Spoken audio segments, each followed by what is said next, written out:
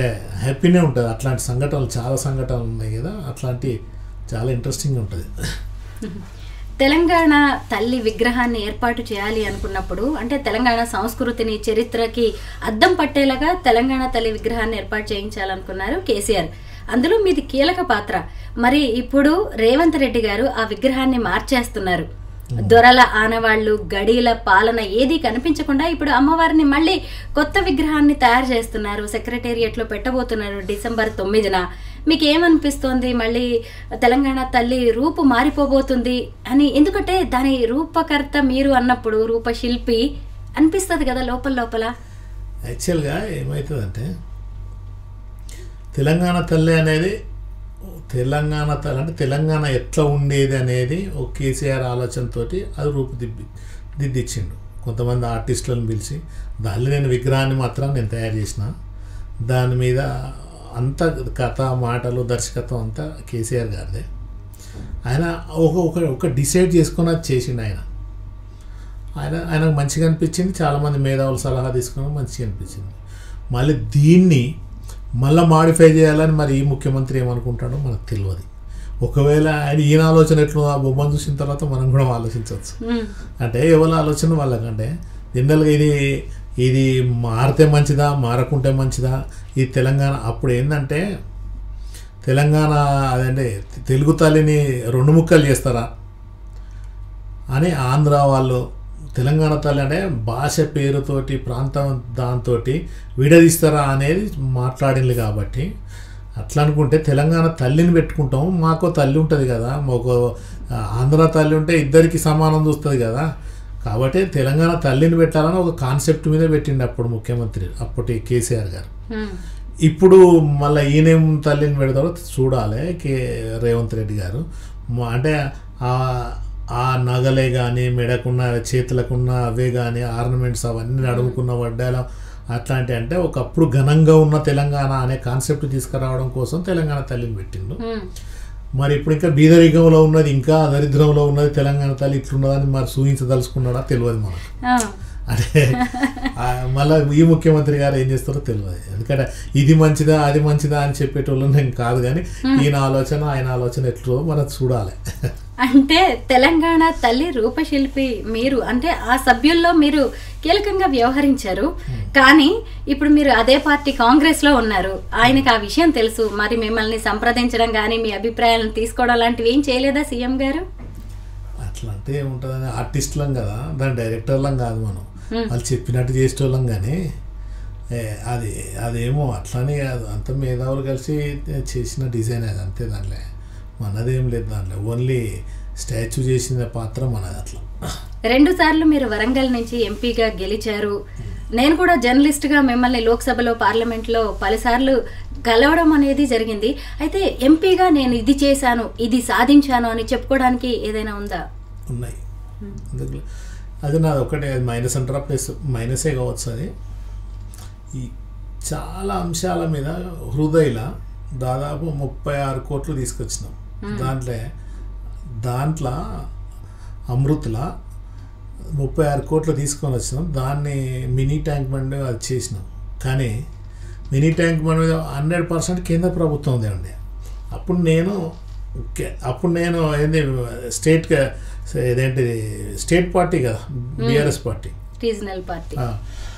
దీంట్లో బీఆర్ఎస్ నుండి మేమే చేసినాం అనే కాన్సెప్ట్ మీద వీళ్ళు మాట్లాడేది లేదు. ఇక విత్ ఇన్ ద పార్టీని మీరు చేయలేదు, ఇది కేంద్రం నుంచి నేను తీసుకొచ్చిన అని చెప్తే ఈ పార్టీకి ఆపోజిట్ చెప్పినట్టు అవుతుంది. అది 100% నేను తీసుకొచ్చాను, నేను డ్రాఫ్టింగ్ చేసి, నేను తిరిగి ఆ అమృతుల అమౌంట్ అదంతా కూడా తీసుకొచ్చి అది చేసింది నేనే. కానీ ఆ ఖాతాలంతా ఏంటంటే అప్పుడు ఉన్న బీఆర్ఎస్ ఖాతాలకు వేసుకోవడం జరిగింది. ఇంకొకటి రూర్బన్ అని ఉంటుంది. రూర్బన్లో మన తెలంగాణ స్టేట్లో ఒక్కదానికి వచ్చింది, మనకు తీసుకొచ్చాం. అది పర్వతగిరి, వర్ధన్నపేట నియోజకవర్గం పర్వతగిరి మండలానికి తీసుకొచ్చాం. ఒక మండలాన్ని తీసుకొని అక్కడ ఏమేమి కావాలి, పబ్లిక్ ఏమేమి కావాలి, ఆ స్ట్రీట్ లైట్సే కానీ, లేకుంటే ఆ గిడ్డంగులే కానీ, లేకుంటే అదేంటి చెరువుల నిర్మాణమే కానీ, అవన్నీ చేసుకోవడం కోసం ఒక మండలాన్ని మొత్తం బేస్ చేసుకొని డెవలప్ చేస్తారు. అది రూర్బన్లో తీసుకొచ్చింది మనమే. అప్పుడున్న లోకల్ మంత్రి నేనే తీసుకొచ్చిన అంటాడు. ఆ లోకల్ ఎమ్మెల్యే నేనే అంటాడు. వాళ్ళు తీసుకొచ్చు అది గేట్ కూడా దాటనేరు, మీకు తెలిసే ఢిల్లీలో. అది తీసుకొచ్చింది నేను అదే వేదిక మీద నేను కూడా ఉన్నాను. ఇది నేనే అది నేనే చేసి, ఇది ఎంపీ గారు చేసినలో అందరం కలిసి చేసినామంటే అది వేరు. కానీ మనంలో ముందు పెట్టుకొనే నేనే చేసినానంటే నేనేమనాలి.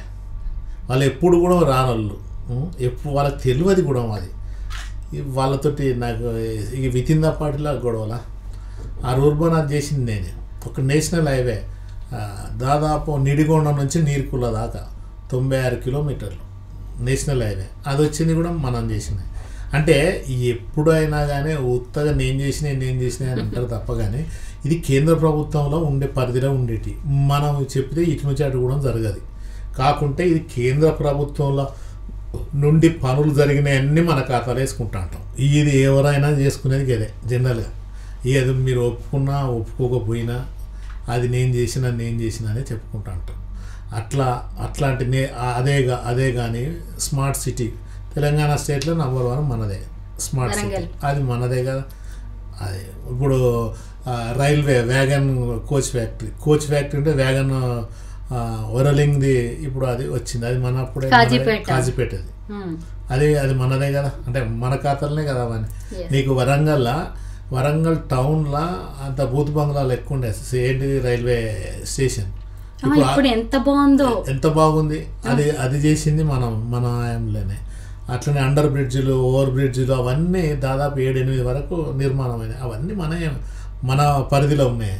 అవన్నీ కూడా డెవలప్ చేసుకోగలిగినాం.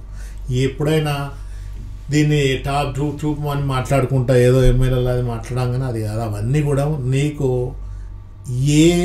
ఏ ఎంపీ ఉన్నప్పుడు జరగని పనులు మనం ఎంపీ ఉన్నప్పుడు జరిగినాయి. ఇవన్నీ కూడా నగ్న సత్యాలే. నేను ఉత్తుగా స్పీచ్ కోసం మాట్లాడడం కోసం ఇంటర్వ్యూ తీసుకున్నారు కదా చెప్పడం కాదు. ఇవన్నీ వాస్తవాలు. ఇవన్నీ అది కాజీపేట జంక్షన్ కూడా చాలా డెవలప్ అయిపోయింది. ఒకటి 3 ట్రాక్ కూడా పడ్డది ఈ నుంచి బల్లార్ష వరకు. అంటే అవన్నీ కూడా మన ఏరియాలనే కదా. ఇవన్నీ చాలా పనులు అయినాయి. అట్లనేం కాదు, చాలా పనులు అయినాయి. ఎయిర్పోర్ట్ దానికోసం కూడా ట్రై చేసినాం. అది కూడా కొంత ప్రాసెస్లో ఉన్నది. ఏది కూడా మరి లేకపోయి కాకుండా మీడియా ముందుకు వచ్చి ఉత్తుగా టైంపాస్గా కొట్టేది ఏం పెద్దగా లేదు. అది ఎక్కువ చేయకపోయినా కావచ్చు, అది మైనసే కావచ్చు. కానీ నాకు ఇట్లాంటివి చాలా చేసినామండి. 1-2 చాలా చేసినాం. ఒకప్పుడు అసలు హైదరాబాద్కి ధీటుగా వరంగల్ని తీర్చిదిద్దుతానని హామీలు ఇచ్చారు, వాగ్దానాలు ఇచ్చారు. 2 సార్లు సీఎంగా పనిచేసిన కేసీఆర్. కానీ ఇప్పటికీ చూసినా కూడా ఆశించిన స్థాయిలో వరంగల్ అభివృద్ధి అయితే జరిగినట్టుగా కనిపించట్లేదు. ఆయన ఏమన్నా వివక్ష, చిన్నచూపు చూపించారంటారా వరంగల్ మీద? అట్లేం లేదు, డెవలప్ అయింది, చాలా డెవలప్ అయినాయి. కలెక్టర్ ఆఫీస్లో రూపురేఖలే మార్చిపోయినాయి. ఎన్ని కలెక్టర్ ఆఫీసులు ఇప్పుడు Bhupalpally collector office, Jangaon collector office, మహిబాద్ కలెక్టర్ ఆఫీసు, ఇట్లాంటి ఎంత రూపురేఖలు మారినాయి మీకు తెలుసు. హన్మకొండ కలెక్టర్ ఆఫీస్ ఎట్లుండే, ఇప్పుడు ఎంత బాగైంది. అయినాయి, డెవలప్ అయినాయి. అది అంటే మనం అయినాయి నిజాలు మాట్లాడుకోవాలనేది మనం మాట్లాడుకుంటున్నాము. చాలా చేసినాయి. డెవలప్ ఎందుకు చేయలేదు, చాలా డెవలప్ అయింది. నీకు రోడ్లు, డివైడర్స్ బాగా అయింది, చాలా మార్పు చెందింది. అట్లానేం లేదు, మీరు ఊహించినంత లేదు కావచ్చు. అంటే రూరల్ కి కూడా మంచి రోడ్డు ఫెసిలిటీ వచ్చింది, దాన్ని ఒప్పుకొని తీరాల్సిందే. అటవీ ప్రాంతాల్లో కూడా అద్భుతమైన రోడ్లు వేశారు. అవన్నీ మాత్రం అద్భుతంగా అనిపిస్తూ ఉంటుంది. ఇక్కడ నుండి మొదలుకుంటే తాడ్వాయి వరకు, మేడారం వరకు, వరంగల్ నుండి మొదలుకుంటే ఎన్ని రోడ్స్ డెవలప్ అయినాయి. దాంట్లో కాదనేది ఏం లేదు. నీకు తెలంగాణ రాకముందు, తెలంగాణ వచ్చిన తర్వాత చాలా డెవలప్మెంట్ అయినాయండి. అట్లానేం లేదు, మనం దేనికి దానికి మాట్లాడుకోవాల్సిందే. కానీ 100% చాలా డెవలప్ అయింది. అట్లేం లేదు, శరవేగంగా 40-50 సంవత్సరాల క్రితం ఎప్పుడు జరగని డెవలప్మెంట్ ఈ తెలంగాణ రాష్ట్రం ఏర్పడ్డ కాలం నుంచి చాలా డెవలప్ అయింది. ఎందుకంటే బీఆర్ఎస్ పార్టీ అనగానే కుటుంబ పార్టీ, కుటుంబ పాలన అంటారు. కేసీఆర్తో పాటు కవిత, కేటీఆర్, హరీష్ రావు పేరు ఎక్కువగా వినిపిస్తూ ఉంటుంది. దాదాపు 2 దశాబ్దాలకు పైగానే మీరు ఆ పార్టీతో ప్రయాణించారు. మీరు గమనించిన అంశాలు ఏంటి? దీంతో మీరు ఏకీభవిస్తారా? కుటుంబ పార్టీ అనేది కరెక్టే, కుటుంబ పార్టీ. కానీ పబ్లిక్ ఆయన టికెట్ ఇస్తే ఓట్లేసి గెలిపించింది కదా, ఓట్ల ద్వారా గెలిచింది కాబట్టి అది మనం అది అనకూడదు. వాస్తవంగా ఒక కుటుంబంలో 4 అవసరమా అని కేసీఆర్ అనుకుంటే వీళ్ళు జనాలు అంటారు కదా, ఎందుకులే నేను ఒక్కనుంటే సరిపోతున్నా అని అనుకుంటే అట్లా కూడా సరిపోవు. కానీ మరి ఆయనకి ఇంట్రెస్ట్ ఏంటంటే వాళ్ళ పిల్లలను కూడా నెక్స్ట్ ప్రమోట్ చేయాలన్న ఆలోచన కావచ్చు. కుటుంబంలోకి వెళ్ళి ఎవరైనా ఎంతమంది అని ఇలా కూడా నన్ను అడిగితే ఎంతమంది ఉంటే అక్కడ పబ్లిక్ వేయాలా ఓట్లు వేయద్దు అనేది పబ్లిక్ డిసైడ్ చేసుకుంటారు. అది పబ్లిక్ డిసైడ్ చేసుకున్నారు కాబట్టి వాళ్ళు పబ్లిక్లో ఉన్నారు.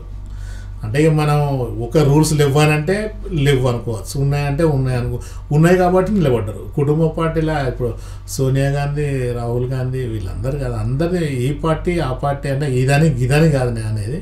ఒక కుటుంబంలో ఇప్పుడు కాంగ్రెస్లో ఎంతమందికి లేవు, బీఆర్ఎస్లో ఉన్నాయి, కాంగ్రెస్లో ఉన్నాయి. అంటే వాళ్ళను విమర్శించరు కాదు, వీళ్ళని విమర్శించరు కాదు, వాళ్ళు సోషల్గా ఉండే క్యారెక్టర్స్ ఉంటాయండి.